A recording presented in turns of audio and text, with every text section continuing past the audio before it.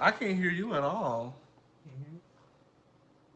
It's very far away. Oh, oh, you know why? Look at you. You're supposed to already be. Look. I forgot about these. Actually, some of us, we on over here on Android because we want options.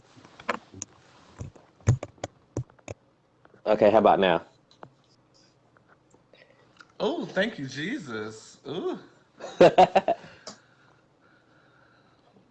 How you doing? So now you can hear me, and now I'm close. Yes. I'm good. I'm just getting into this landscape view of us though. That's what I'm getting into though. Hmm. I really like it. I think I'm gonna back up a little bit. I think I'm in a good spot. Yeah, do we match? Because I know you'd be like for us to match. You know, I'm Bring mine. that's the OCD in me though. Yeah, we matching now. Okay. Yeah, we matching. You didn't have to move. Yeah, you didn't have to move the camera the first time. Oh, I didn't. No. Okay.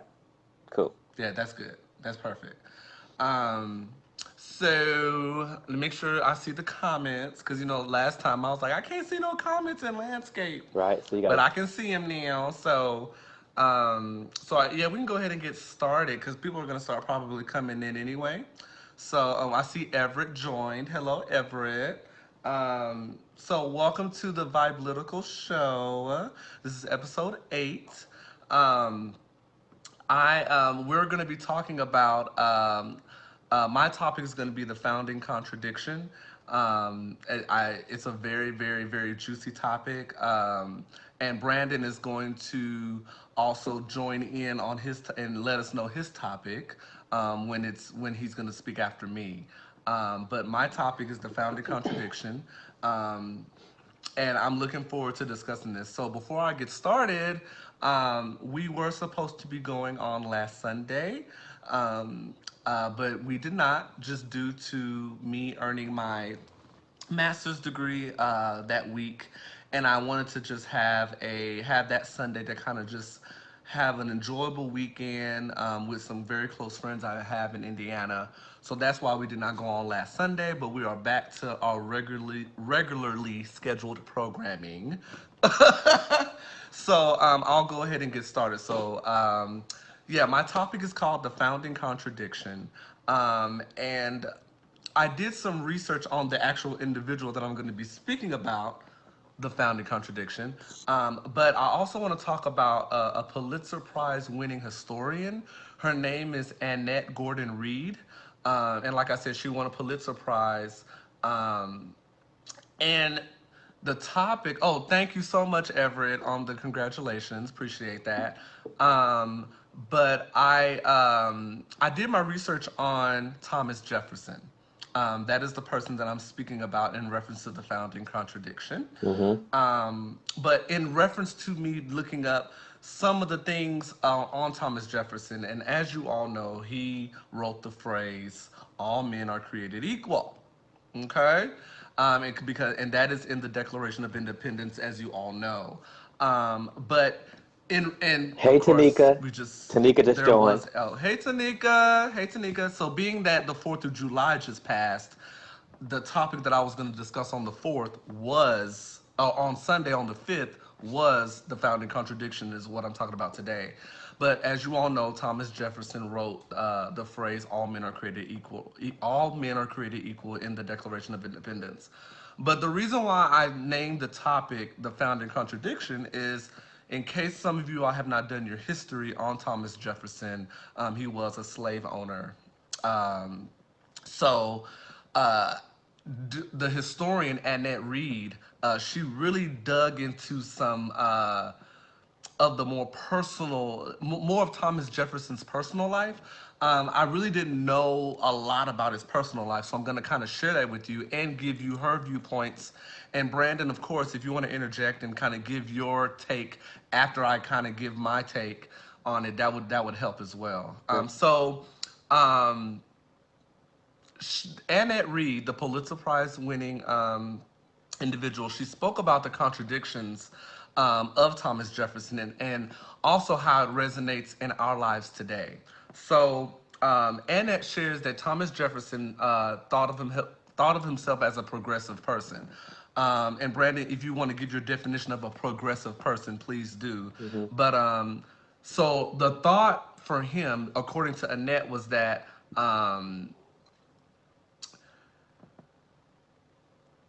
she thought that with him being a slave owner, he had, of course, a huge plantation full of slaves. And he was a person that actually thought that slavery was wrong, while everyone else did not see anything wrong with it. So even him being a slave owner, internally he was like, dang, this is actually like not cool. Like I know that I'm making money off of this. I know that I'm these slaves are actually helping me have a functional life, but he was a progressive person. He did think that it was wrong. Hmm. So what I found compelling about that was that though Thomas Jefferson was a slave owner and had a huge plantation full of slaves, he still was like, dang, it's wrong. So like, can you I guess I wasn't trying to put my mind inside of Thomas Jefferson, but I just thought that it was so interesting and intriguing for a man to make a living off of these slaves and actually think it's wrong, but still do it. Mm. So that's why I say the founding contradiction, because Mm.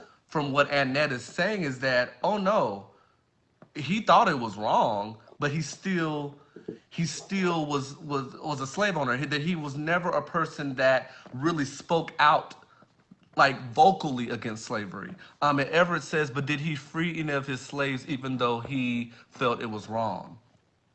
So I'm gonna get there. I'm gonna get there, Can we Everett. can we take a But go ahead, Brandon. Go Okay, ahead. cool. Can we Yeah. take a let's look at like I guess, to establish a just a basic foundation of what a progressive person is in line with how you're speaking about it. I think the context would be I would say somebody is progressive if like I think I'm progressive because what I believe for myself, I can still extend humanity and believe in justice for everyone.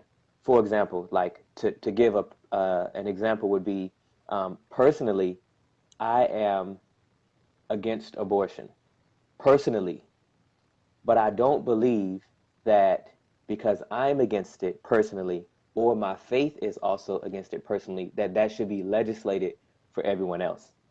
That's what I think a progressive person is when you realize like it's your relationship, a better way, like your relationship between you and God is you and God. Like who am I to rule over you or to enforce my beliefs on what justice is, on what righteousness is, on what's good? Who am I to enforce that upon you? So I think that's me being a progressive person because I feel and have strong convictions about something. At the same time, I extend um, the freedom for that person to choose. So for me personally, like if I was in a heterosexual marriage and I had a wife and she wanted to have abortion, I would personally be against it. But at the same time, that's like what do you do in that situation? So I like that. I like that. That answer, Brandon. So, and you did not. It's okay, Ever. He said sorry to jump the gun. It's okay because I'm gonna cover. I'm gonna cover what I've looked up and then what Annette Reed spoke about, the historian, what she spoke about. In reference to it, because the intent of me speaking about the founding contradiction, though, you all, is to basically kind of get into the mind of Thomas Jefferson, not exactly what happened, if that makes sense. So it's more of like what was going on in the mind of Thomas Jefferson? mhm. What was he thinking? Because to answer your question, no, he did not free any slaves. So during his time, no, there was no freeing of slaves. He was the third president, because I want to say he was the what number president? He was like the third president or the fourth president. I had to do my research on that, but he was very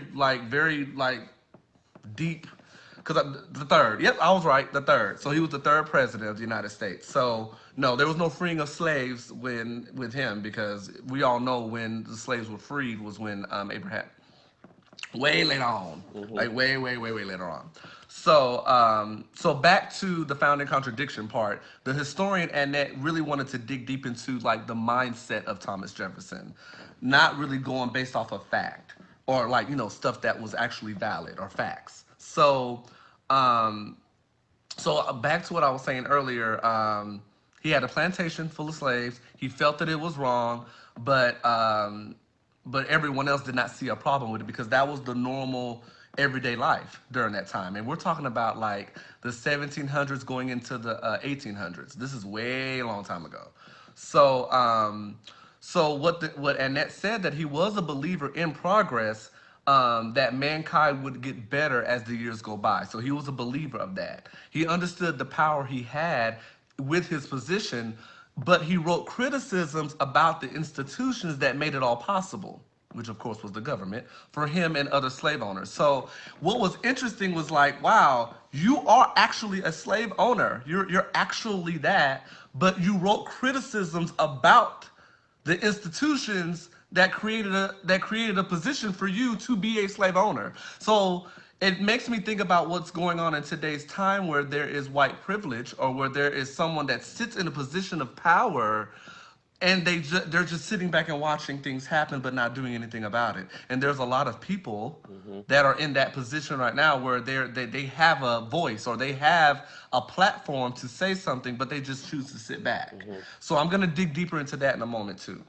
So Annette says that he was hypocritical based upon him having the intellectual belief about something, but did not have the will to do anything about it. Hmm. So kind of into what I said, much in today's society and current times, that's where I brought up the whole white privilege, because it's kind of like hey, I know something's going on, but I mean, it's wrong, but I mean, my voice doesn't really mean anything. I don't think I could do anything about it. And that's kind of how Thomas Jefferson felt during this time. And I'm not here to defend Thomas Jefferson. I'm just trying to give you all the mindset that he was in during this time. Because we're talking about during the slave times, Hmm. during slavery. Hmm. Because, but tying it into today, there, there may be, and there may be some white people that feel like, what am I to say? Like what I say doesn't even carry any weight, because if it's going on,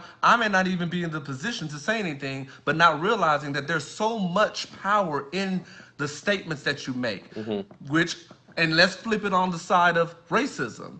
There's power in a racist individual to say something, because guess what? They're being held accountable for their actions. Those Karens are Hmm. being held accountable for their actions because there's power in their statement now. Hmm. But there's just as much power in our allies and in those folks that are being silent to say, oh no, there needs to be change. There needs to be a change to systemic racism, Hmm. institutionalized racism. There's so much power in that, and I just, my prayer is that there are more voices speaking out against it. I have a So, question. uh, Do you think that do you think that well, maybe it turned into a statement. I think any human being has to be prepared to live with the consequences of standing up for righteousness. And I think that sometimes people don't want to pay that cost. I mean, look at Martin Luther King, look at JFK, look at, we like to quote, and a lot of people like to quote Martin Luther King today, but they forget that, I mean, he was assassinated by the government. This is a fact. You know what I mean? He was declared the most dangerous man in America when he started talking about equality, and when he started to talk about human rights and equal rights. He became dangerous as long as, see, because I think this is how the powers that be win. One of the ways they win is it's like civil rights. If I say civil rights, I'm acknowledging that you and I are different. Think about it, that you have rights that I don't, and I want those same rights. But I'm acknowledging that we're different. If I say equal rights, then that means I'm acknowledging that you're denying me the same rights that you have, but we're not different. We're both deserving of the same rights. I am your equal. You see, like how, like, I think so. This is highlighting what you're saying about the power behind our words. And for the life of me, I wonder why that, if people could come out and lie and fake news, I feel like the biggest people who call out fake news are the ones creating it. So if they can be overtly racist, it's not even covert anymore. If they can be overtly racist, then how much more powerful can a person who speaks the truth be? Like, where's the equalizing force? You know what I'm saying? Like, Right, and I want to speak on what Everett said. He okay. said for some the cost is too expensive personally.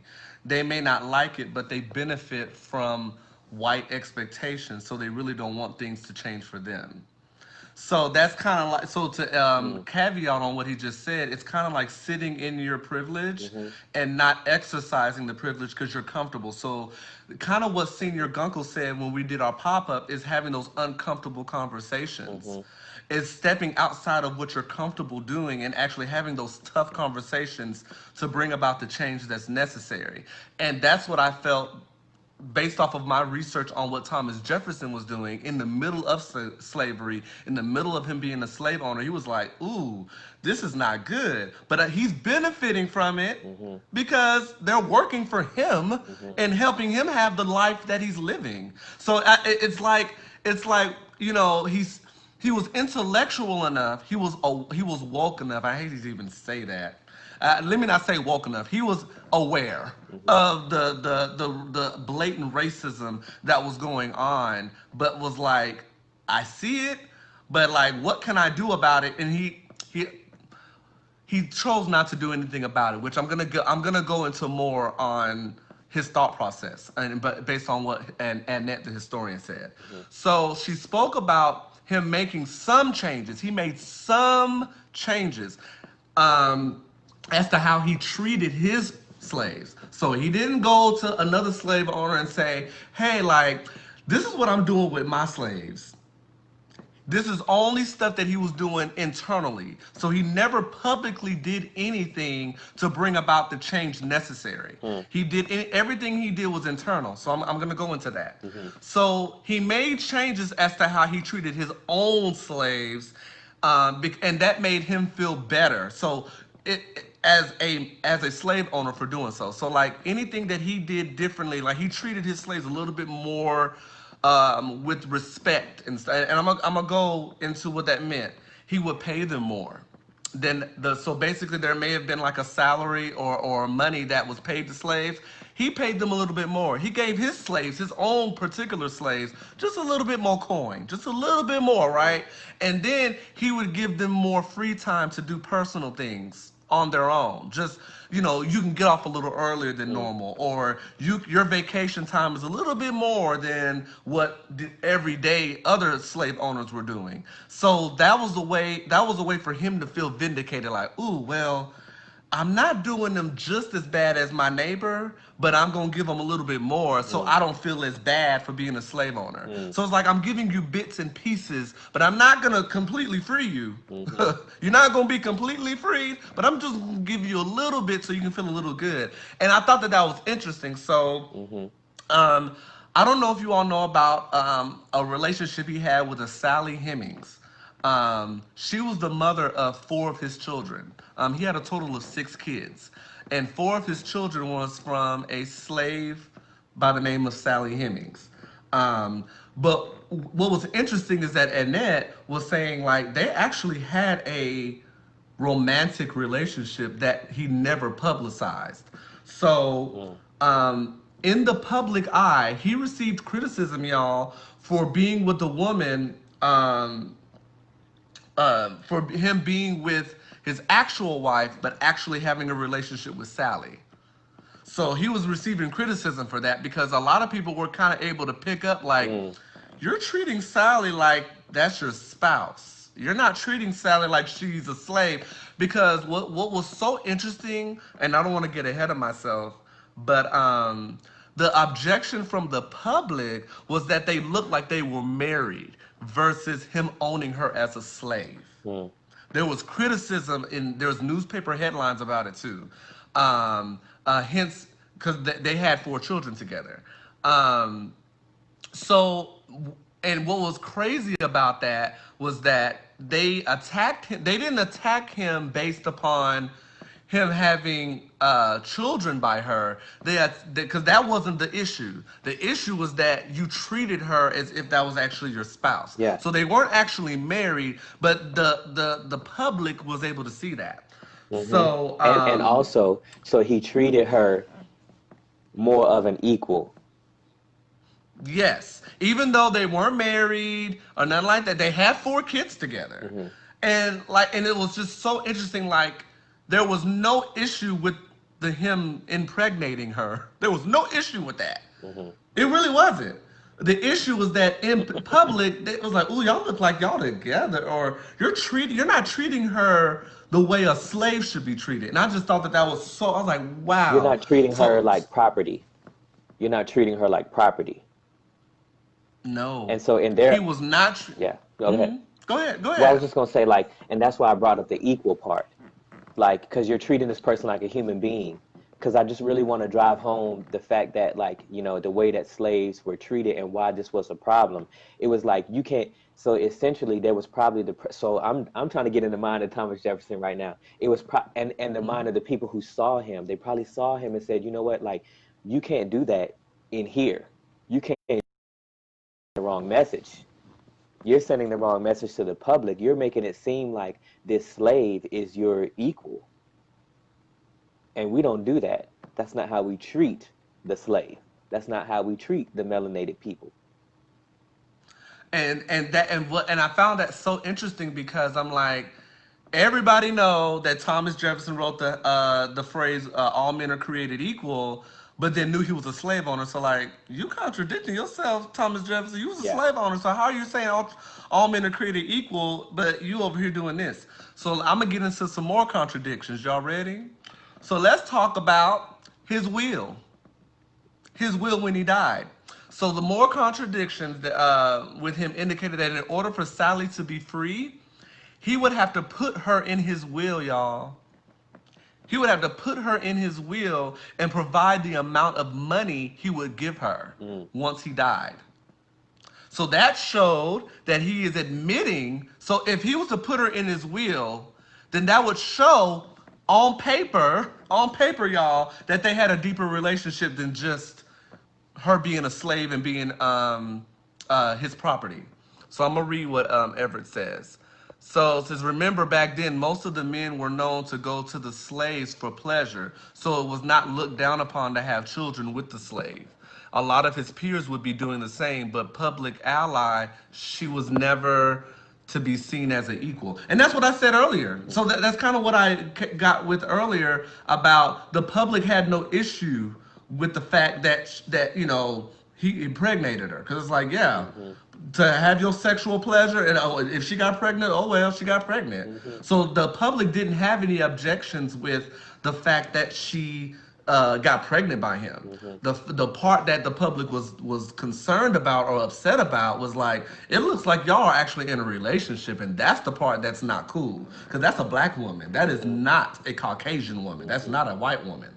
So I'm gonna go back to the will part. So with the will, um, in order for her to be free, he would have to put her in the will and provide the amount of money, and he wanted to do that. So based on what Annette read, he wanted to, but that's something that he wasn't really willing to release publicly. And then Everett said that was a typo publicly. Should have been the word. We know what you meant, Everett. so so at the time she was over 45 years old. By the time which means that she would have to get permission from the government to leave the state.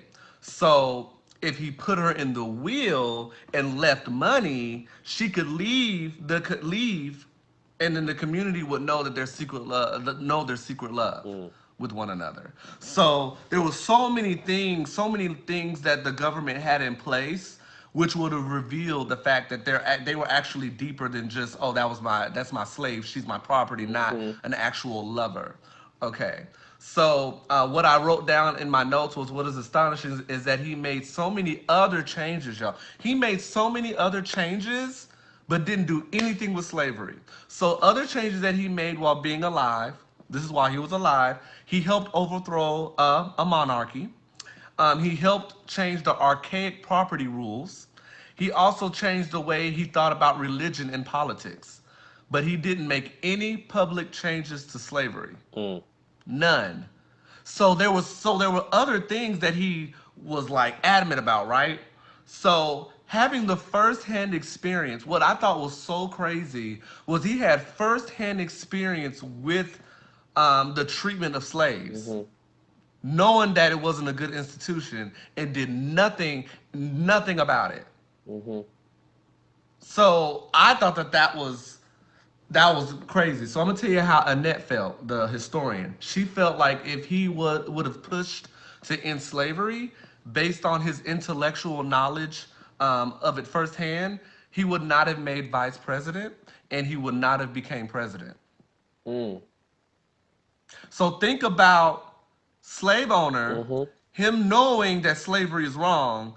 So if he would have pushed that narrative back during that time, Mm-hmm. he would not have became a vice president and he would not have made president. Mm. So politically speaking, this is what Annette says. That was a choice he had to make. Mm-hmm. And he made decisions he felt were going to be impactful during that time for him, Mm-hmm. regardless to the way he viewed slavery. So he was basically looking at his own trajectory in his own life. Mm-hmm. Because if he would have made a stance on slavery back then, he would not have been able to be president. Yeah. He would not have been able to be the third president. So, Mm. so y'all see where it goes, where it's like, and in today's time, where there's white privilege, so you have people that know what's going on, but are deciding to be passive about their stance. Mm-hmm. Or Black okay, Lives Matter, okay, and then also too, for example. yeah, like exact the reason why it even exists. I mean, think about so because I started thinking about this all in economics and how uh there's this expectation of a tribal mentality within a tribe. So if we like we're only all Americans when people start to uprise and call out the system. You know, we're only all American when it comes time to support a political candidate that the majority wants to support. We all need to, don't they? Didn't they say it? This last election cycle, we all need to rally around him and rally around his success. But the previous presidential administration, our whole existence is to a Republican said it. Our whole um, goal is to make sure he doesn't pass any legislation. In other words, that he don't change nothing. So there's this tribe mentality within a tribe, but it's the majority who's setting the rules and then also creating the chaos and then presenting the solution for the chaos that was created. And so I think that like every human being goes through this dilemma. It's like when you're confronted with situations on your job or going to restaurants or, there's situations in which, we could be silent or we could speak up for that person, regardless of, because if we're all Americans, it's regardless. Hey, Marquez, regardless of from Diomi, you remember him? He was in my group. Oh, hey, Marquez. I remember Marquez. Yeah. So it's like there's all these situations that tie into how the modern world is. It's like just because, and it transcends race. It's also like, we are living good. You know what I mean? So, but what about the next person? What about like as EOAs or just as men or out in the public or, as gay or whatever? Like, would you stand up for the least of these? And as always, like your topic ties into my topic that you didn't read, but it's okay because you probably didn't see the I title. didn't read it. I But didn't read but it. it I didn't see it. but No. it's talking about the roots of Christianity because this stuff is like deep rooted within our society, like things that we have the power to fix. But then it's like, so for a white, I try to imagine being a white person and being an ally of Black Lives Matter, being a multiracial person who doesn't prescribe to the idea of the scientific race theory and knows it's a lie, and being interracially married. You know what I'm saying? Like to be Mm-hmm. in Marquez in an interracial marriage as well, putting his business out there. But like, Ooh. but to be Yeah. interracially married and like what that means and how you're going to be looked at and love who you want to love and be who you want to be. But at some point, if it hasn't happened yet, like that video you sent me of that 38-year-old guy who said he's never experienced racism, but then admitted that systemic racism exists, but we don't have a race problem. It's like, okay, I guarantee by the time he's 40, he will probably have experienced racism, and or we're trained to be. He may be blind to it. You said that Yes, too, and I believe he may be blind. yes, He may just think, "Oh, I was just not the right pick," or "I was treated differently because they were in a bad mood," or yeah, "I was just not or because he not has. that." Like, no, you literally Right, you got lighter skin, yeah, so he was more of a caramel skin. He hmm, wasn't like hmm, black, dark skin. So hmm, I don't know. And he was a cutie pie with cute eyes. You may not have yeah, experienced.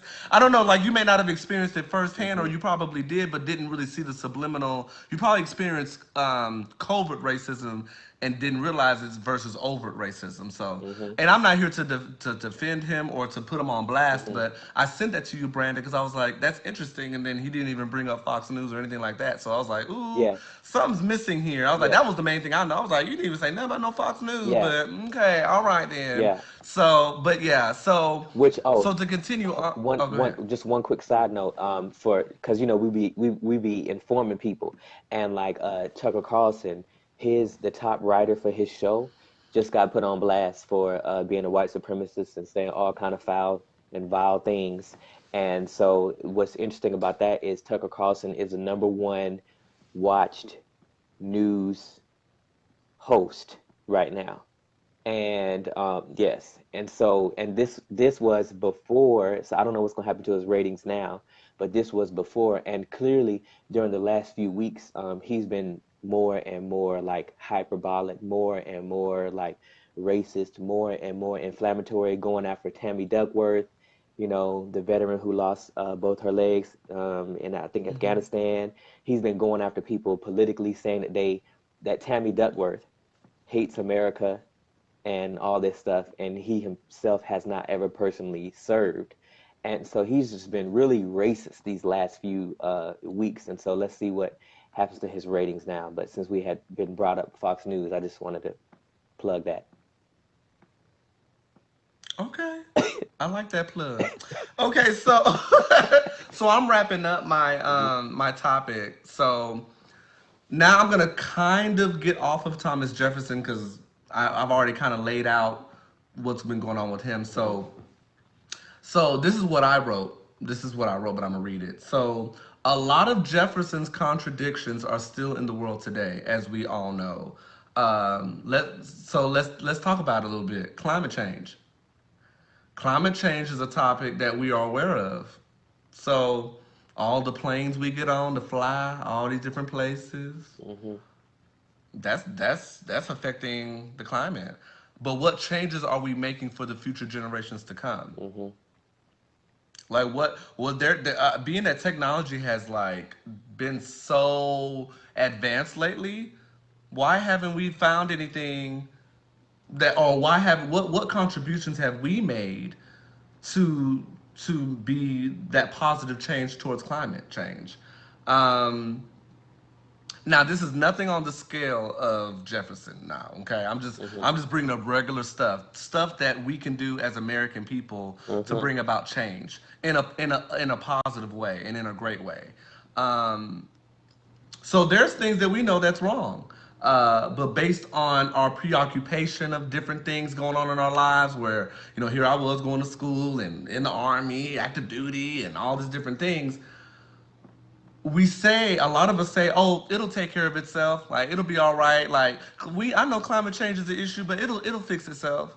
Are we sure it really will, or could we be that impact that to make that change? And the reason why I'm saying we is because I don't want to make it seem like I'm attacking a certain race of people. I'm just I wanted to talk about Thomas Jefferson because a lot of us know what he was about. A lot of us know the facts. He was a slave owner. He had all these different slaves. He had different plantations across the area he lived in. And then he contradicted himself. on the outside saying all men are created equal. Oh, really, Thomas Jefferson? Mm-hmm. All men were created equal. You were literally a slave owner. Like, really? All men are created equal? So Yep. those are the facts that we can go in on Thomas Jefferson. But then it was really compelling to really get into the mind of Thomas Jefferson, to really get into the weeds of like what he really, really was about. The mental state. He was very aware of what was going on. But your typical American would be like, he wasn't aware. He was not even aware. No, he actually was. And he did some changes within his little community, but he didn't make any public stances. Mm-hmm. So that's why I say he's a founding contradiction. That's why I make that statement. So that's the reason why I make that statement of him being a founding contradiction, because Mm-hmm. you know what's wrong, but you're still going with what society during that time was about, Mm-hmm. was being a slave owner and having a lot of slaves. That's what you were there doing. Mm-hmm. So um, all in all, as Americans, we all need to take a closer look at the way we live our lives. Mm-hmm. And I say we because all of us are guilty of it. There's things that I could be doing that can bring about change. And we just primarily in these times, y'all, it is important for people to truly understand the impacts that they have on people based upon the contradictions they show, and find ways to shift to that positive change being made. Mm-hmm. And the reason why, and it ties into the white privilege, got back to what I said before. If you are sitting in that privilege, if you're sitting in that privilege and you're remaining mute or you're passive towards speaking out on these things, you're adding to the problem. And I'm not saying that you are worse than these overtly or covertly racist people. I'm not saying that. Mm-hmm. But sitting back and not saying anything or acting like it doesn't exist Mm-hmm. makes you part of the problem. Mm-hmm. So as Americans, we have to ensure that we realize where we sit in society, and we need to make those necessary changes. Mm-hmm. And I will leave it at that. I'm done. I like it. And I would say too that there's people, I call it, it's called tokenism. Tokenism. There's people who like uh, are funded, like Candace Owens, Brandon Tatum, Terrence Williams, who work with a political group called Turning Point USA. And you're allowed to have whatever political opinion that you want, but at the same time, I think, Andre, what you're saying is that whether it's been your experience or not, you see it. No matter who you are, if you're an American, you see these racial problems, you see it. You see Brock Turner compared to Mike Brown. You see the news media coverage, George Floyd, like that guy in that video. Did he not rattle off his whole criminal record? But what did that have to do within the context of being murdered by some satanic police officers in a satanic way, where they choked the life out of him and their body was in contact with his body? Which, this is a little conspiracy, but I've heard talk of this like adrenochrome stuff. Adrenochrome, like basically, I think it's in relation to um, energy and moving energy and trauma and the things that trauma do to people, and like stealing that energy away. And I feel like it's very demonic and very satanic. And that's the reason why I feel like the George Floyd murder, watching it for 8 minutes, no matter what that man did, you mean to tell me, I mean, humans would not treat a dog that way. Michael Vick, how long did he go to jail? There's Americans who've been given, who raised their right hand, took an oath, been given a gun and a badge, and we have a higher standard of viewing a dog than a human being. And like, what is the issue with that? And so to me, like, I would call out anybody who has that mentality, because, and I would ask them, what if that was your brother or sister or mother? Would you be saying, oh, he should have complied? Or would you be rattling off their whole criminal record because you've known them your whole life? Would you rattle that off? Or would you be like, that was my brother and he was a human and he didn't deserve to die that way? And so I want this to be a more interactive, and I went less deep on purpose, because because I'm learning something. I'm learning that you can't really educate people on stuff today because they have to want to be educated. But if I can say something, and Andre, if you could say something that uplifts and edifies and also pricks their spirit, pricks their mind to say, you know what, let me go and look at this, or I see how they could say that, then maybe they'll go and look deeper and establish their own foundation.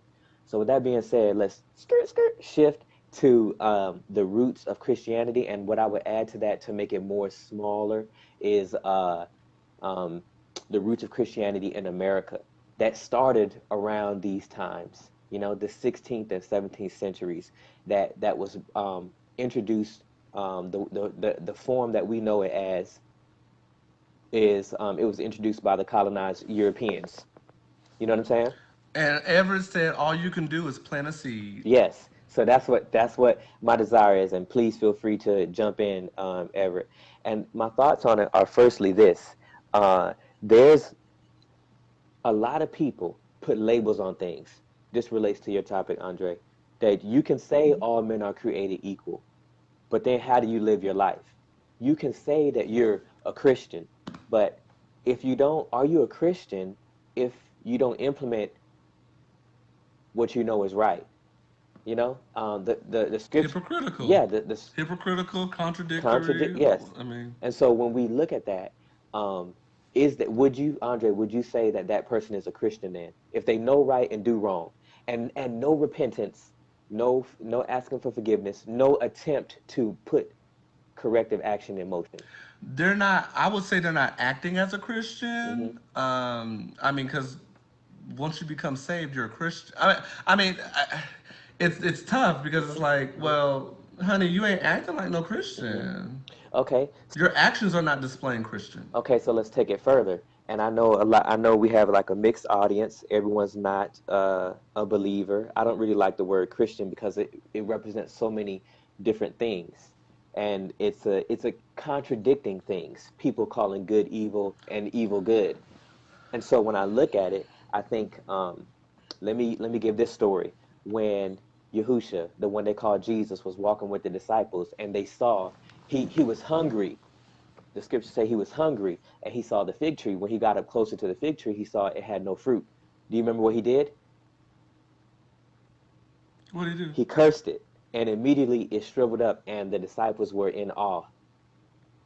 So, Oh, okay. so you see where I'm going with this? You can call yourself whatever you want, and I don't necessarily say that that person isn't a Christian, but what I will say is, how do we know who somebody is?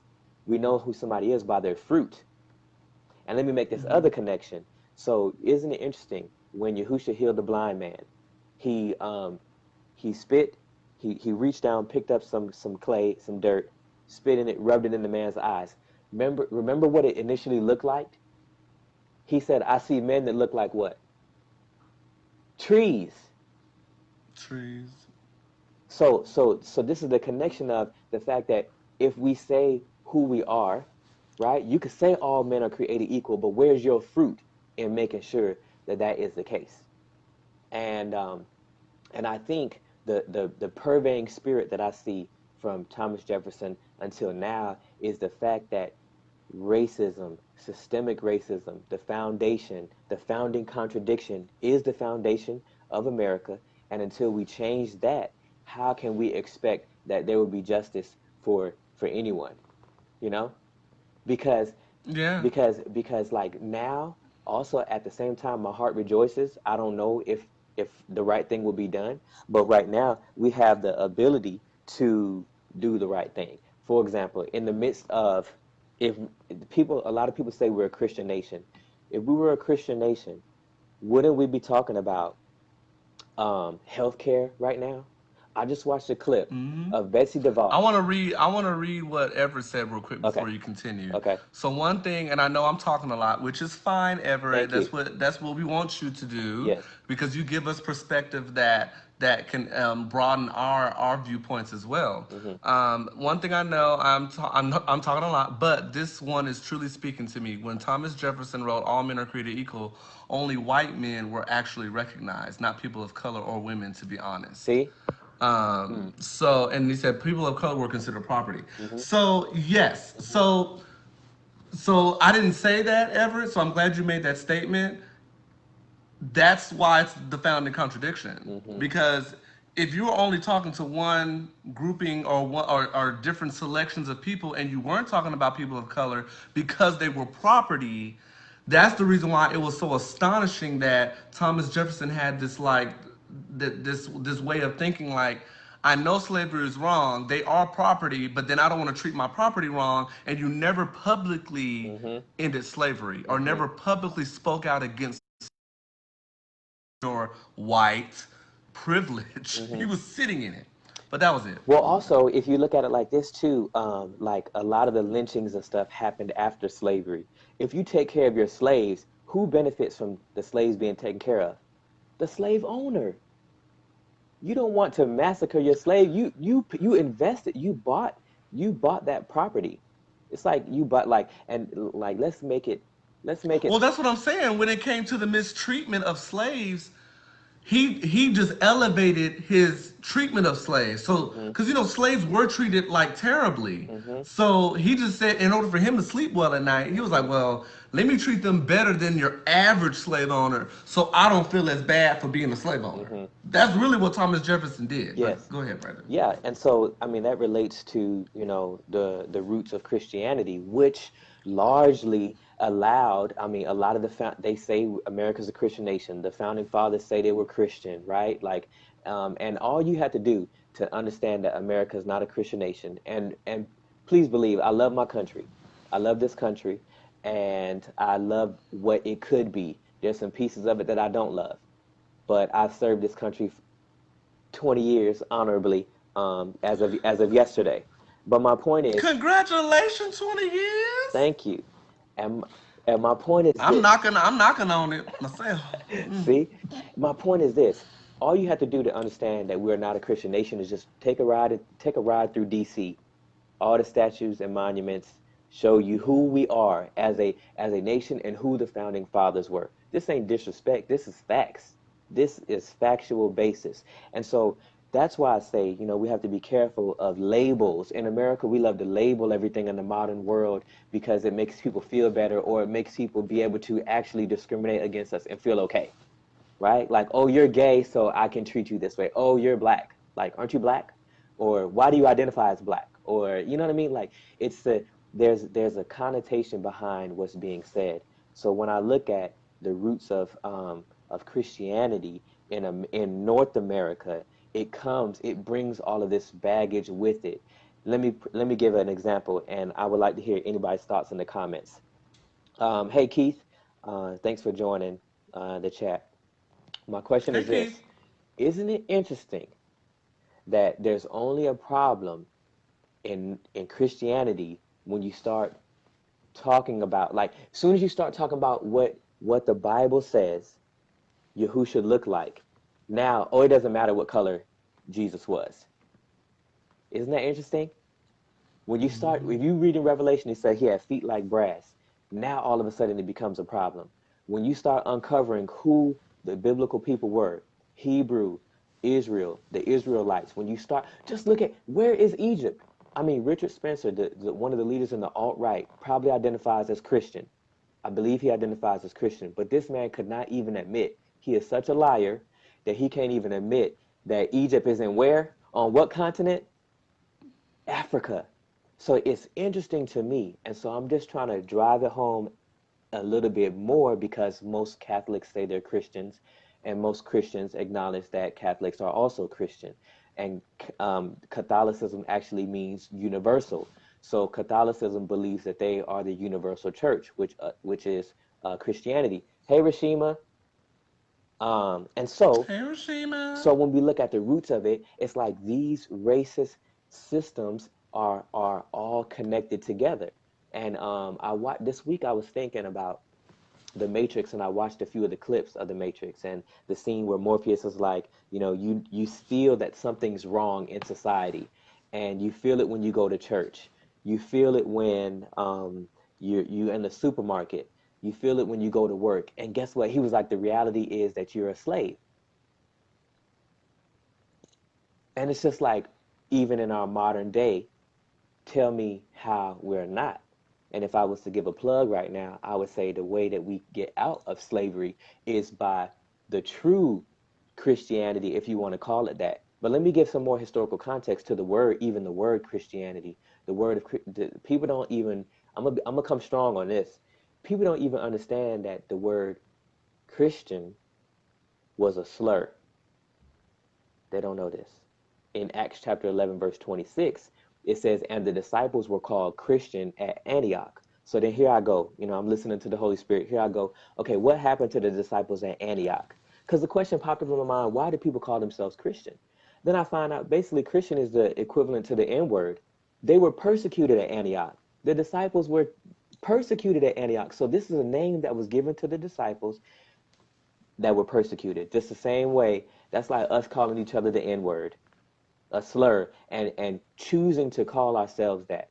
And so people don't even want to understand. Just like another thing, the scripture did not have the word homosexuality until 1943. But Mm-hmm. people don't know these things, and I see that the problem that I see is the reason, not knowing these things, not knowing the founding contradiction, not knowing the roots of Christianity will make people want to throw all the truth away and accept and Mm-hmm. exchange it for a lie. You know, like the Brandon, like Candace Owens. Ever said they're gonna find you for this on this knowledge. See, I will They're gonna come find you for this see. Hey, knowledge. and guess what? And at this point, Everett, I can honestly say, that something happened to me with the George Floyd murder. It was like I had an encounter, and I called Andre about it, and I was very emotional, and I talked to my husband about it, and I was just like, Yahuwah let me feel like what it would have been like to be there and not do anything. That no physical action was taking place. Like I would not, and we're about to move to Maryland, so there's a possibility that I could, the population, and we know what's happened in Maryland. We know about Baltimore. And I can honestly say that I would give my life for this truth. I would give my life for another human being. And Andre, is that so much? That's not even that much to ask, because I mean we're in the military. We knew what we were signing up for. I'm not saying I'm Mm-hmm. all about war and fighting and stuff, but I'd be damned if I let another human being, another image of the Most High, be destroyed right there in front of me. And guess what? That's not a matter of race either. So when we look at the roots of Christianity in North America, it's interesting because around the 16th and the 17th century, the scientific race theory that we learned about, right? It's a total lie. It's total BS. But guess when it was instituted? The same time. So really, the racist ideologies that in North America, guess where they come from? The African slave trade. So if you look, so when we peel back the onion, the founding contradiction, the roots of Christianity in North America, these are the things that shaped the institutions of America, right? The Declaration of Independence, the US Constitution. If we really go and look at these things, it did not, like, what we always talk about, our government, different Christians in America, right? Always talk about undoing Roe versus Wade in relation to abortion, right?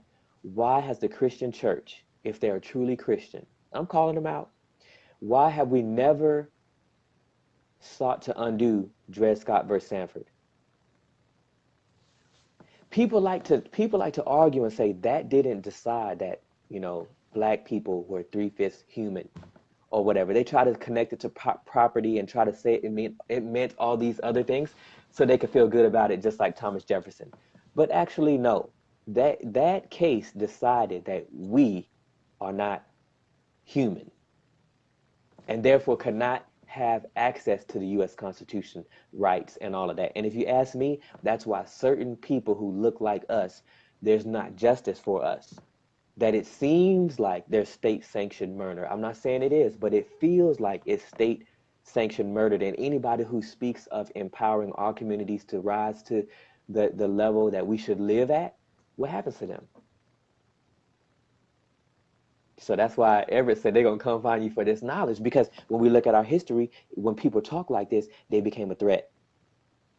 You're threatening to change the system. You want to cause waves. No, I don't want to cause waves. I want my country to be who it says it is. I want Christianity to be what it's supposed to be and not be hijacked by people who deep down inside don't want it to represent what it's supposed to be. Because to me, I would say that person's not a Christian. If you don't have no fruit, you're not a Christian. Even if your fruit is the testimony, right? Even if your fruit is, this is who I was before, because some people receive Christ and then they die, like they die shortly after. So, but even if your fruit is that, like Malcolm X, he obviously had an encounter with God. I'm not Muslim, but he obviously had an encounter with God. When we look at how he was before, white devils this, the white man this, the white man that, right? Afterwards, though, what was his whole entire mentality? That Allah could bring, that Allah's desire was to bring everybody together. He switched. He was like, I'll work with anybody who is for the liberation of black people in this land. And then when he was asked, can white people work with you? He said, y'all can fund us, but until there's unity amongst us, then how can we bring anyone else in? So I'm just like, think about how he had to have had an encounter with God. He said exactly. Don't. So Everett says exactly. Don't rock the boat. Yes, but guess what? It's it's do or die time. It's do or die time, and I think it's important that our hearts be right, because no matter what your religion is, I just took a world religions class. No matter what your religion is, there is not one single religion that does not talk about doing good to other humans. Every religion says that we are the creation of the Most High. Every religion. Every religion says that we are created from the Most High. Every single one. We could further discuss, who's talking about what, but I don't feel like we need to get that deep. Just prick people's mind. There's not one religion that does not recognize every human as being made in the image of the Most High. From the Jews, the Christians, Islam, all that. And so what seems to be the problem? And I think it's the omission of people not really wanting to admit what's in here. Because guess what? And I want to give myself a pat on the back, because I created. What I've done is I've created, and there's people that I can name. I created an atmosphere in which it's safe for people to have conversations that disagree with me, for white people to ask me things that, like, initially when they asked me, I was like, you know what I mean? Like, it took my breath away. You ever have somebody ask you something that might be, like, when you first hear it, it might be so offensive that you're just like, how could you ask that? But then you take a deep breath and you take a pause. Okay, let me educate this person. I have an opportunity. No, I mean, it may not be to the extreme of what you may be talking about, Brandon. But I mean, I've been asked, and I think I've talked to you about this several times, where me coming up as a gay man in the military, predominantly when I was a junior soldier, I would get asked, how old were you when you knew you were gay? Or why are you gay? Like, why do you like men? Well, those very offensive questions where it's like, I like men just as much, just like how you like women, I like men. So there is no like, a certain age where I was like, no, however you grew up and you knew that you looked at a girl and you liked the girl is the same exact way I grew up looking at a boy and I liked the boy that way. So why does there have to be an age to when I knew, like, ooh, I was into men? Like, I will never go to a heterosexual person and say, when did you know you liked women? Maybe that, Excuse me? yeah. So that question is offensive, but I had to really woo-saw and say, they don't mean no harm by this. They are just asking me. Yeah. But there's a lot of harm in that because there's trauma there, because it's like, you think it's abnormal that I'm gay. So that's all I wanted to share. Yeah. But yeah, I've been asked those very tough questions. Yeah. And so Everett, you want to read Everett's comment? That is more for their comfort. Yes. It is.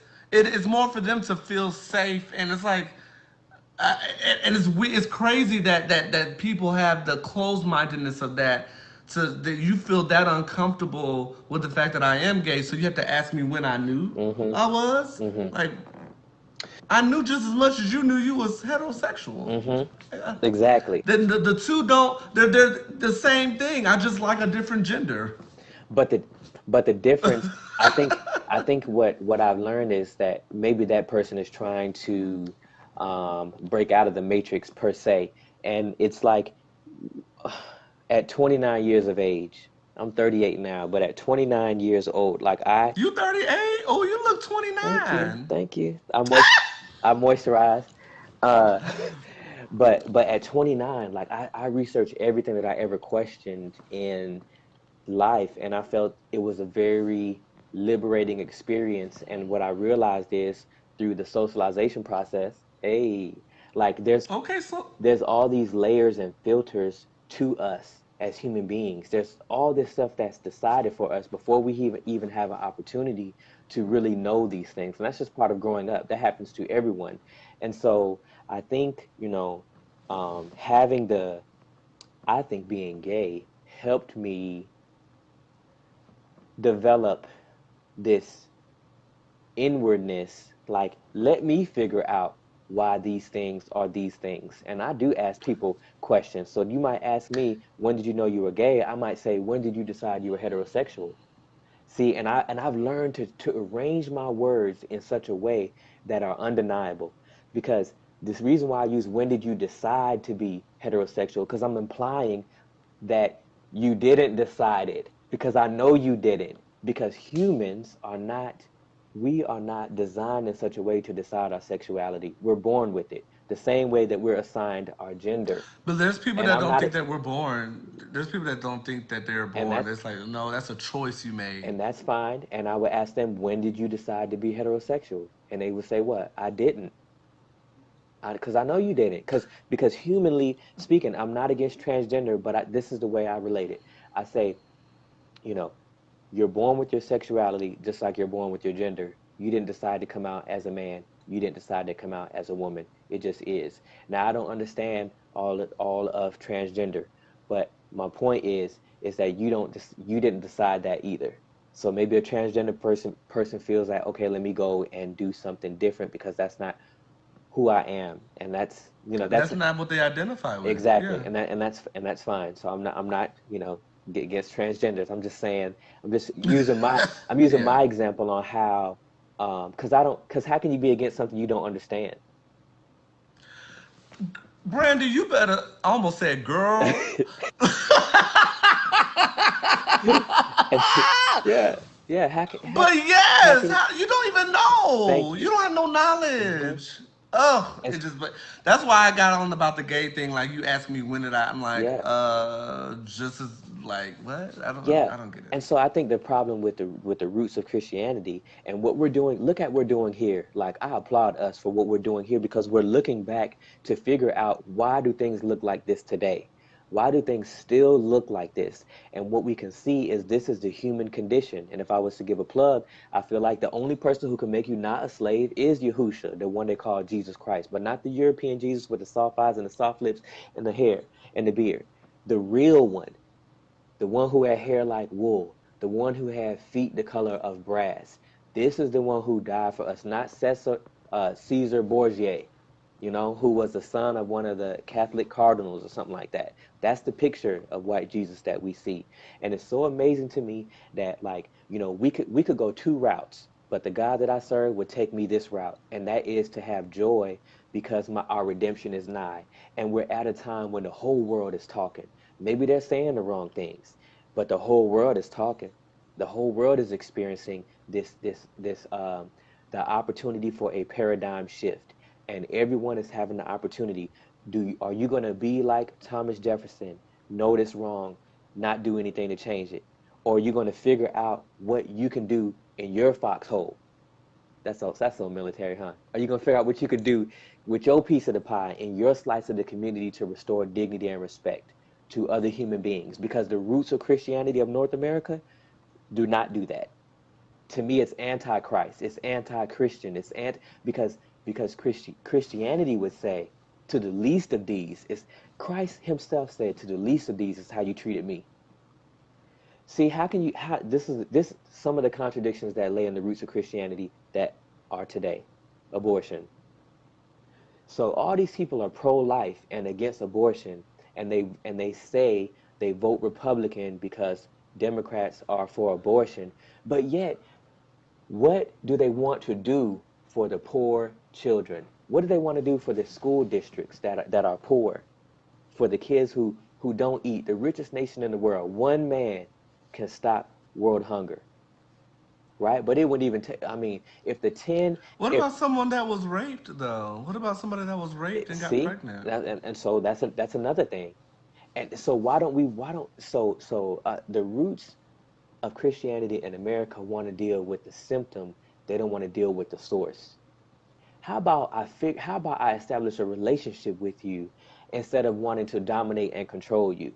How about I establish a relationship with you that I can speak into your life and be community oriented? Because that's who we all are as humans.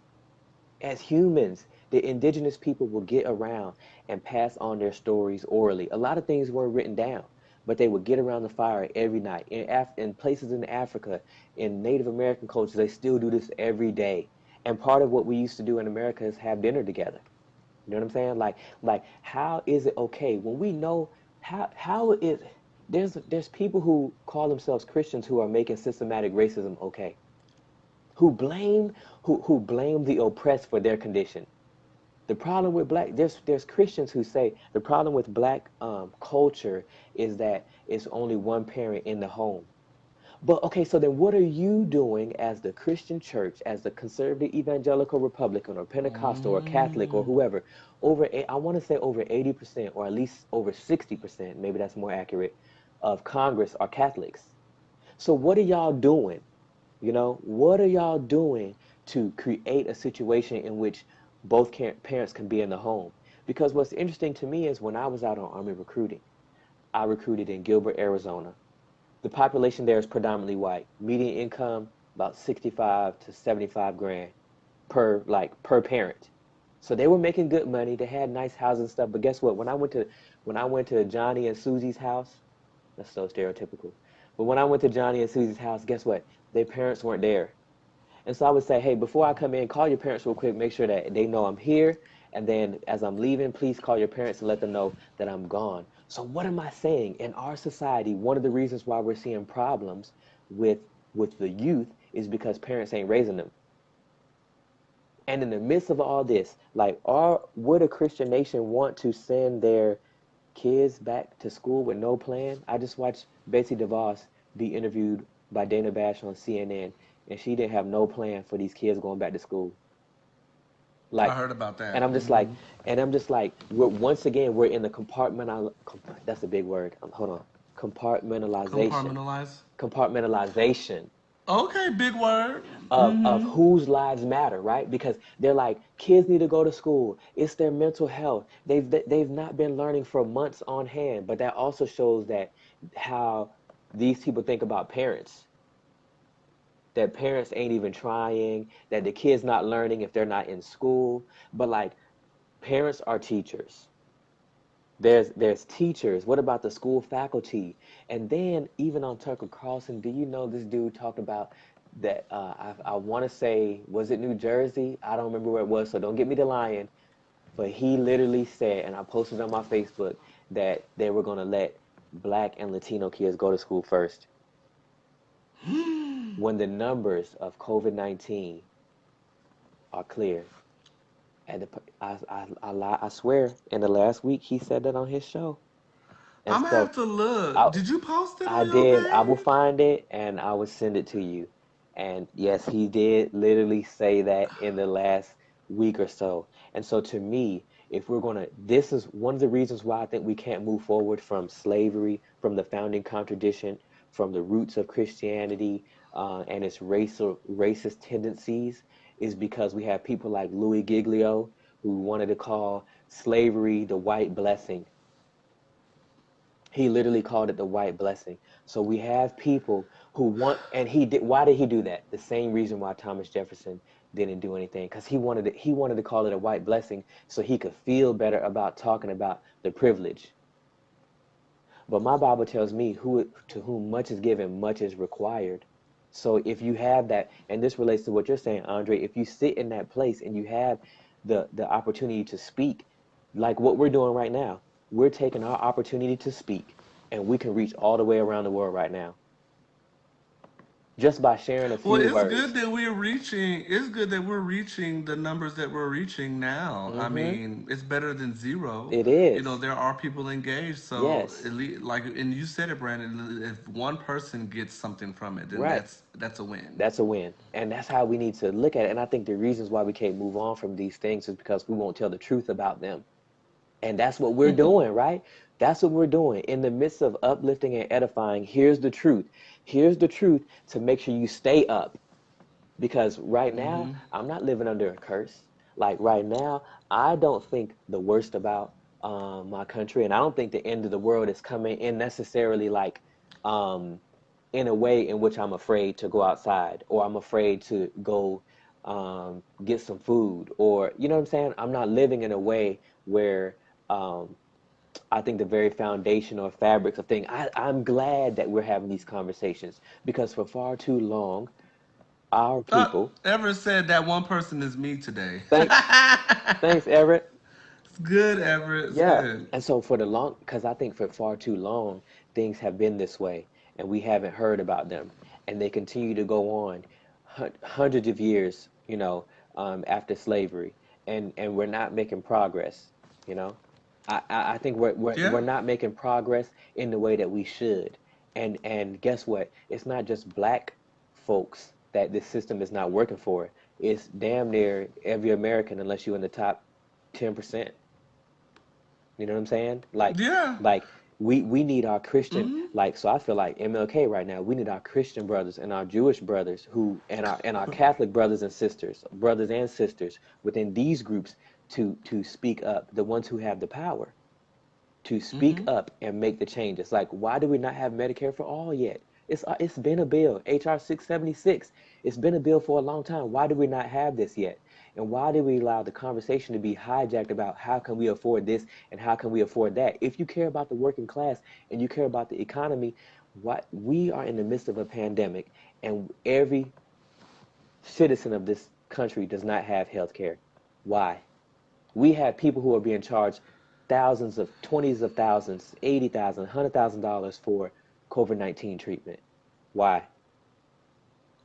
See, like when we, I'm not understanding the bills. I'm not understanding the bills being that high. I mean, I'm not really skilled in the whole healthcare thing, but hmm I am just blown away that it's costing so much. I'm hmm like, for one person to get a bill of $70,000 because they hmm had COVID-19. I'm hmm just, what is going on? right. In the midst of a national emergency. I mean, we Right. closed down over this. Cause don't we have money? I mean, I don't. Don't we have money, like extra money, laying around? Cause are we in debt? Like I don't know. I mean, I feel like I should know these things, hmm but I'm like, are we in debt to where like we we have to put so much money into something where I feel like we have. I feel like we have money. What about like? Doesn't the Federal Reserve have a lot of money in it? I don't know. What's interesting I is, don't know. I think in the larger picture, Ben Bernanke said this. I want to say he was the Secretary of Treasury. Right now, it's Steve Mnuchin. And what keeps happening is that money keeps getting sent to the wealthy. Like like they Oh, hear, ever said American capitalism? It's all about money. yeah. Like, okay, you want me to tell you where the money went? Well, $38 billion just went to Israel in the midst of having a pandemic here. And guess what? They have health care over there for their citizens, but we don't.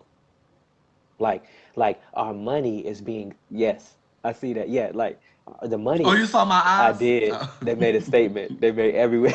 They gave me life.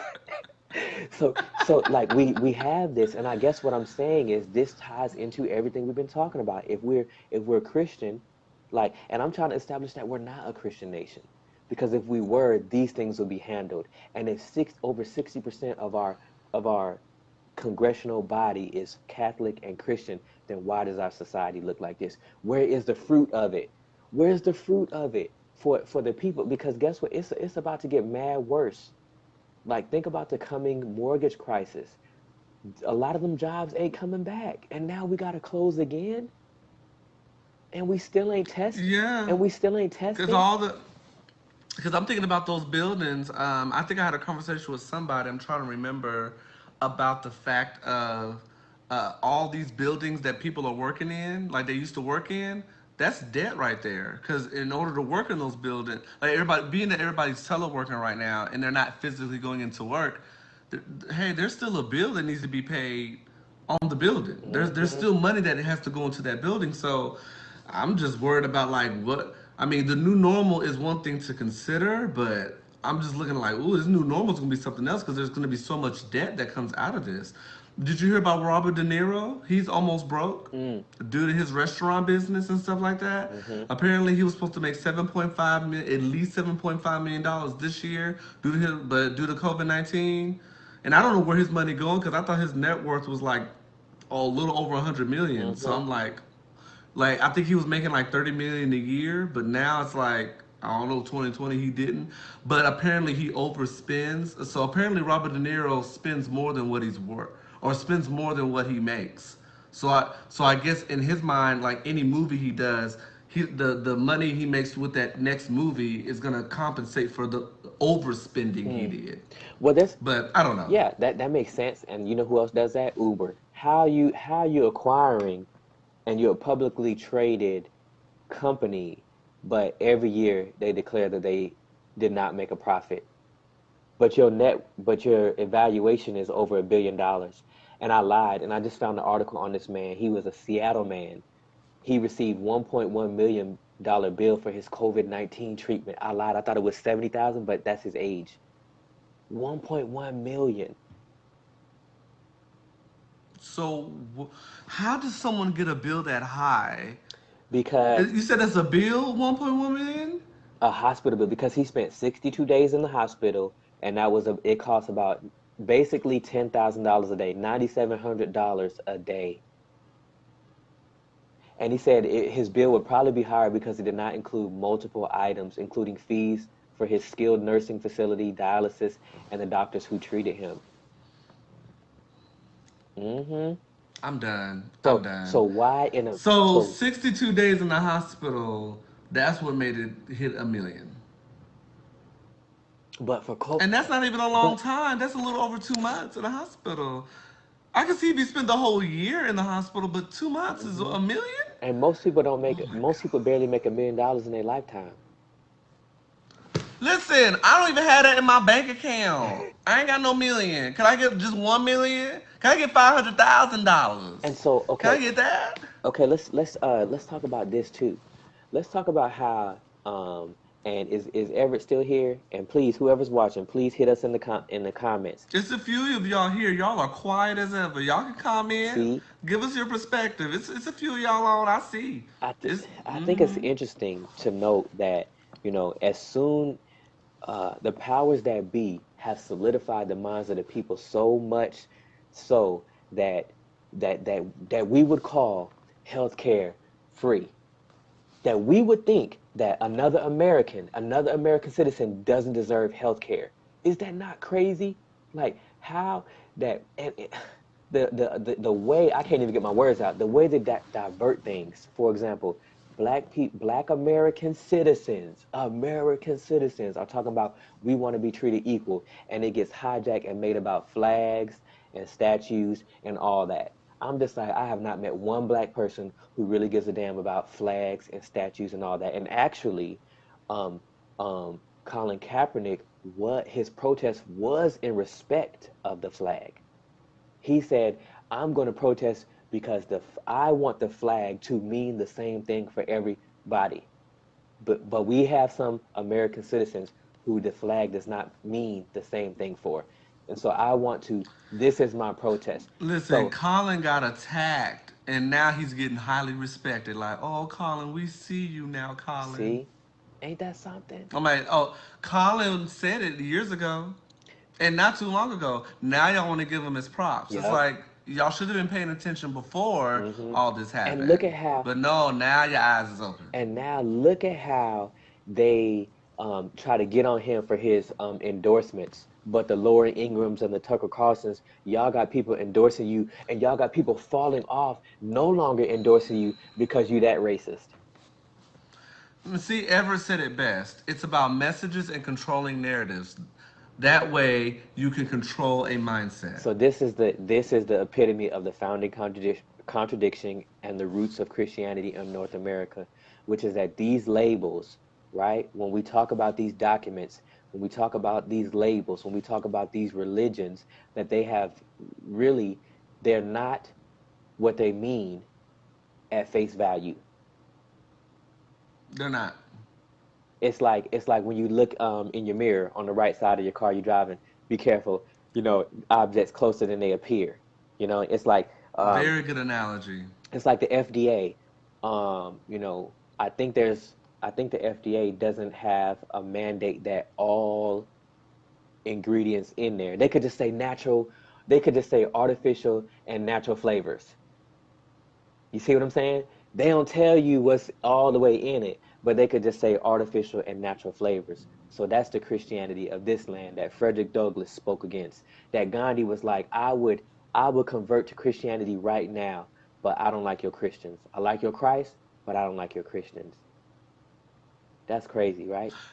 And yeah, and that's the reason why I think the word believer is even used now. I don't even want to say, "Are you a believer?" Yeah, So, yeah. And so I think, it's a matter of really taking the time and taking the time to read and get an understanding of what you see, because it's kind of like an experience of looking at a map. You can look at a map and look out, right? And a lot of times I feel like in the military our maps be old when we go to places and we got to do land nav, and then it's like new roads and stuff. But what you can do is that it's called terrain association. So you look at your map and you look to find the constant. So if there's a hill and a mountain right there, that hill and mountain, you can use that hill and mountain to determine where you are. And so how I relate that to everything we're talking about today is the fact that we can see where we are by looking at what's going on in the world and seeing why do these social constructs exist today, and figure out they exist today because they've always been there. And if we don't admit that they've always been there, and if we can't say that, it's artificial and natural flavors, but no, we need to go and figure out, okay, what's in this ingredient and why are these things popping? I never paid attention to the is it artificial or artificial and natural. What does it say on the package? It Usually, says both. It's both of them in there. usually it says both. Because I feel like it's not natural. If once it's artificial, it's not natural no more. Hmm. Yeah, look that up. I mean, that's what I thought. See, see, we I mean, that's what I. see, we be educating on this show, Biblitical. So yeah, like, I see. I see. Glenn is on. Hey, what's up, Glenn. Glenn? He preached the house down today at Oh, so he got time to be watching us then now, huh? Because yeah. he's like, I done uplifted and edified today. So I'm gonna I think I posted it already. If I didn't, I'll post it on my Facebook, maybe even my website.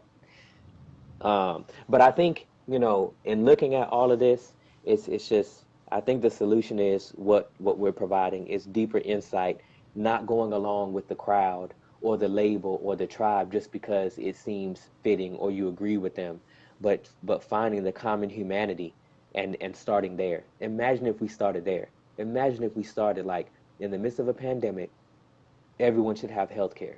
The richest nation in the world, most powerful military in the world. But you want to tell me it's a problem when it has something to do with money to me. But all these people got PPP loans. Did you see all that?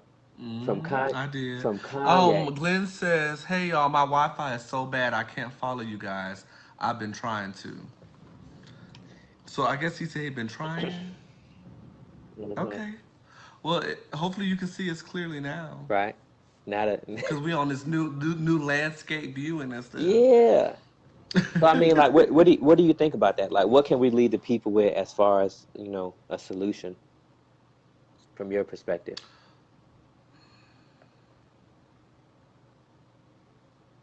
And it's in reference to what now? Just everything we're talking about, like, what's the solution? Like, how can we not be contradictory to what who we say we are, and all of that? So I mean, I kind of covered it a little bit in my statement of us as Americans being a lot more aware of what we use to be hypocritical and contradict ourselves. Hmm. And the reason why I decided to speak on Thomas Jefferson is because it was really intriguing to know that he was he was fully intellectually aware of the racism going on, but decided to be like, well, for my benefit, Hmm. I ain't saying nothing about that. Hmm. But in order for him to sleep at night, he decided to be just a little bit more nice Hmm. to his particular slaves, the ones that worked for him.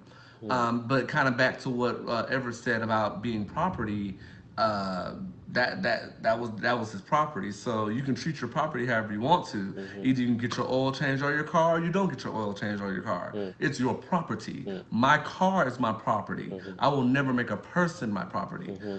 But anyway, back to my solution. I think that a solution is to really dig in and do some self reflection Hmm. on the things that you feel you may be in the uh, in good graces with, or that you feel that you are good with, but to the worldview, you're actually not looking too good. Hmm. So I think just doing a self reflection and looking at how you're living your life and what you respond to and what you not respond to. Hmm. Pay attention to the things you respond to, and pay attention to the things you don't respond to. Hmm. And I'm talking about publicly, Hmm. publicly, not stuff that's in your brain, not the stuff that's in here, the stuff that you are actively responding to. Pay attention to those things, Hmm. and I think that can be the stepping stone to making those necessary changes Hmm. for the better. I agree, and I would just say for me, I think the reality is loving yourself, and I think the way that we achieve that, I think there's only one way to properly love yourself without going too far to the right or too far to the left, without being Mm-hmm. so prideful. Because Everett said it really good just now. He said to be willing to have those uncomfortable conversations without feeling the need to attack. I agree. Yeah. So I think loving yourself without going too far to the right or going too far to the left, in my humble opinion, requires a relationship with the Most High, because understanding that you're made in His image, you will not allow people to trample over you. You will speak up when it's time to speak up. Knowing your identity is what is gonna bring you to this place, and I feel like knowing your identity through the Most High is going to give you the best representation of yourself as far as your value and your worth. Because we see a lot of people loving themselves way too much.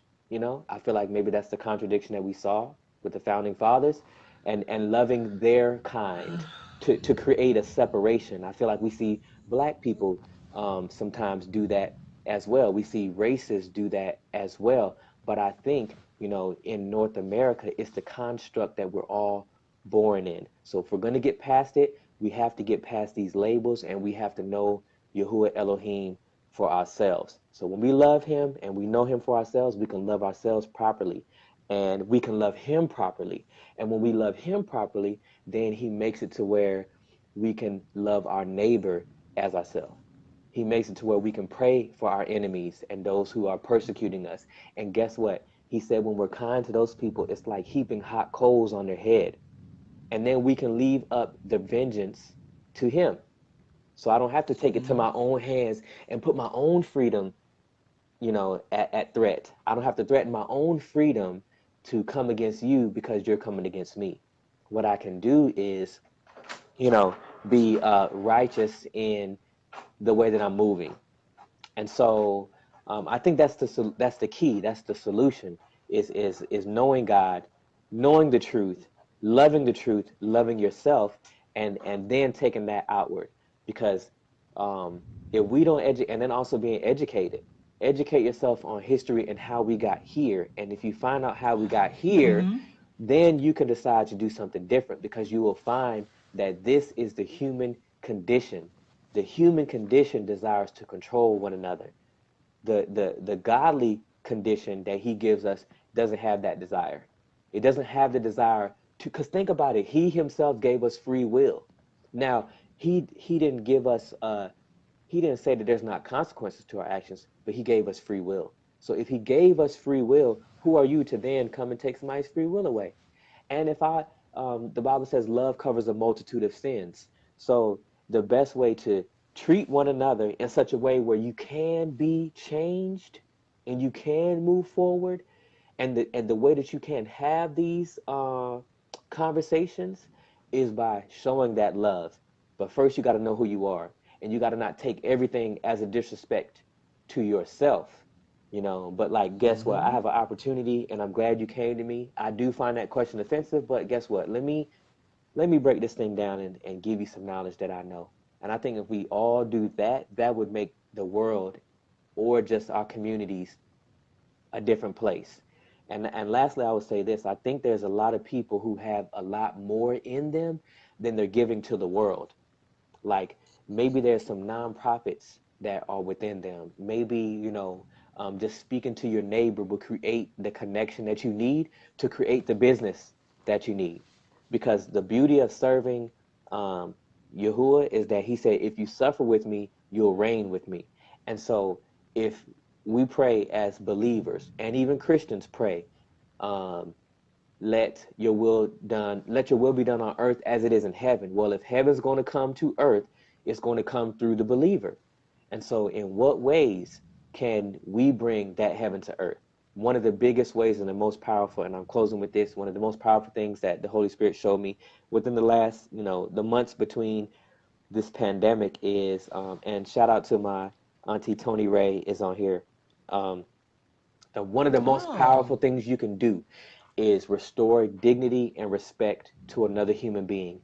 And that should be your charge. If we can do that, even to our haters, even to racists, if you can restore dignity and humanity to that person, you can change their whole frame of mind. You can lead them to it. That guy, I don't remember his name, but he goes around and sits with white supremacists, and they give him he collects he collects sorry he collects their regalia, their that's not the right word, their hoods. He collects their hoods. He collects their garments. So he goes Commendable. around, That's commendable, right? though. And Ooh. he's done this for a living, and like, he goes around and meets with members of the KKK. So that's the definition of uncomfortable conversation. Ain't That's the it? definition of it. He got Like I would superpowers. not, I like, cause like my black behind would not be going over there. I'm not saying that I wouldn't, but Hmm. I'm not saying that I would voluntarily do it. Hmm. But I mean but to have that comfort or to have that power to just address the ginormous elephant in the room Hmm. of racism at the core. Ooh, that Hmm. is Head on. Hmm. that's literally head on. Like, It is. wow. Uh, so more power to him for that. That is amazing. Hmm. And collecting the regalia. I mean, I hate to say regalia. Collecting Yeah. items The items. that Yeah. are the items that spew hatred, Hmm. that spew racism. My gosh, Hmm. yeah. Well, we've been on here for an hour and a We half, have. so I think. Yeah. It's been a good, I good think talk. this is a good closing. So we want to thank you all for Yes. watching Thank you. Biblical Episode 8, where we discuss the founding contradiction and the root of Christianity. Um, I I really learned a lot in this, especially with my topic. I learned a lot, Hmm. and I'm just so glad that your topic kind of umbrellaed mine, Hmm. Brandon, Always. because yeah, we always do that, which is great. But yeah, I definitely appreciate the topic that I discussed because just getting into the mindset. You're welcome, Everett. The mindset of Thomas Jefferson Hmm. because July 4th was a very like weird day for me. And I did research on my topic before the 4th. So I already knew what I was going to discuss on the Mm-hmm. 5th, but we didn't have an episode because of me celebrating my degree, my master's. Mm-hmm. But just looking at Thomas Jefferson, I was like, this would be a good topic to discuss because he is literally the founding contradiction. Because I'm like, Mm-hmm. Thomas Jefferson did write all men are created equal, but was a slave Mm-hmm. owner. So Mm-hmm. and then getting into your root of Christianity and knowing that the word Christian was a derogatory Mm-hmm. term. I mean, just very enlightening because I did not know that. So, Mm-hmm. um, this is a learning show. Even for us speaking to you all, it's a learning show. Mm-hmm. It's for us to learn from each other and for you all to take something with you as well. So, once again, thank you for joining. We will be back next week. Any closing remarks, Brandon, or is that it? Is Um, that all you got? yeah, I think We can this. leave it on that note. I just think, thanks people for supporting us, and thanks to Everett for commenting. And if you watch this as a playback, please give your comments as we do. Go back and revisit your comments. And it is an interactive show, and so that's why we're here to share and learn and grow together. And so back at you to Miss Ragland. Uh, Thank you for sharing your knowledge. yeah, and so I mean that this is what we want to continue to do, and just remember that our whole goal is to uplift and edify, and keep it real, and just tell the truth. You know what I mean? And I hope that you got something today that would help you be better equipped to do that. And lastly, I just want to say, I'm praying for the children who are going to go have to go back to school. I don't have children, but I'm a very praying person, and I try to feel everything that's going on in the world. It keeps me human. It keeps me connected to God, loving my neighbor, and that kind of thing. So, I just pray that your kids will be safe and that you have a plan on how this is going to go for you and your school district. And I hope that as parents, all of you all involved in that. And also, and my conversations are prayers. So this is my closing prayer. Because there's been plenty of times where I've just had conversations and things happen just from it. And I'm just like, okay, God, so you see my conversations as prayers. So I also want to pray for people who have been grieving. There's been a lot of deaths surrounding COVID-19, and I think there's going to definitely be a lot more. And so please continue to exercise restraint and don't fall into the rat race of the not wearing masks. Something they do help, and just don't follow the pack, but understand you're the shepherd. I've been saying this since we started and since COVID-19 started. You're the shepherd of your own house, male or female. Like, you are in charge of your own house, right, Andre? And so Hmm. it's like it's like you have to determine what's best for you and your family and whoever's in your household. And so please just be careful with the information that you're digesting, because there's a lot of deception going on, and it's like people think their rights are being infringed upon over these masks. And I just think that's kind of ridiculous. Like, something to protect you, but guess what? If since we're uncovering stuff in this show, like, guess what? People did the same thing about seatbelts. If you go back and you look at the campaigns about seatbelts, people felt the same way about seatbelts. But guess what? Don't make the mistake. Please wear your mask. Please don't go to places that you don't necessarily need to go to. Pray about where you're going to go and when you should go. And so just know that I'm praying for you. Andre and I are praying for you, and we'll continue to. And if you have prayer requests, you can also leave them in the comments. You can visit my website, ibelievetemple.com, where this is posted, and all the social media links are there. And I think that's all I have. Okay. Well, and I said episode 8. It's episode Is 9. it? I was like, Okay. you had I me am so questioning. sorry. We did eight Because already? episode 8 was our pop up. Yeah, that was our pop up. So we do, because I do episodes based on Sundays, but you incorporate the pop ups into our episode numbers. I So it's did? episode 9. Yeah. Now I got to go Yeah. check, because if it's eight, I'll make sure I change it.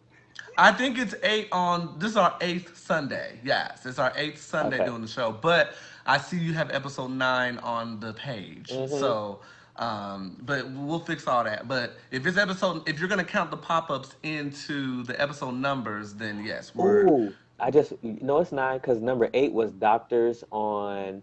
Doctors on Zoom, and the delivering power of So forgiveness. I may be off by number. So I'm off. Oh, you got me together. Okay. So yes, we're on episode 9 because I said 8 in the beginning of the show. So Hmm.